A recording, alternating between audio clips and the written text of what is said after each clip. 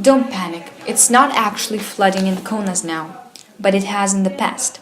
The Nemunas and Neris rivers flooded the city repeatedly over the centuries.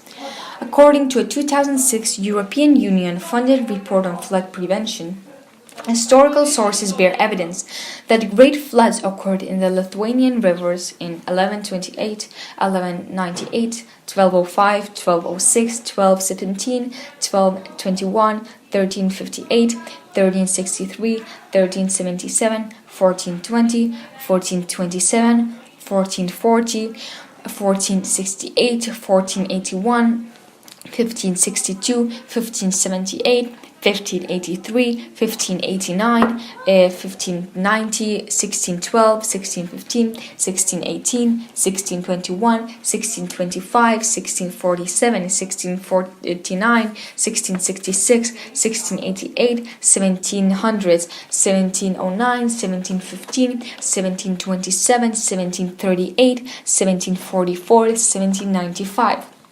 We have knowledge that Kaunas was devastated by floods in 1715, 1811, 1829, 1855, 1862, 1926, 1931, 1934, 1940, 1942, 1946, 1947, 1951, and 1958. That's a lot of flooding. The construction of a dam for the hydroelectric power plant on the Nemunas River in 1959 greatly reduced the risk of flooding. You can still see evidence of the past flood risk. The Vytautas Church has a flood level measurement marker on its exterior. There's also a line carved into a wall of a central post office building on Laisvės alėja, showing the high point of the March 1946 flood, the highest on record.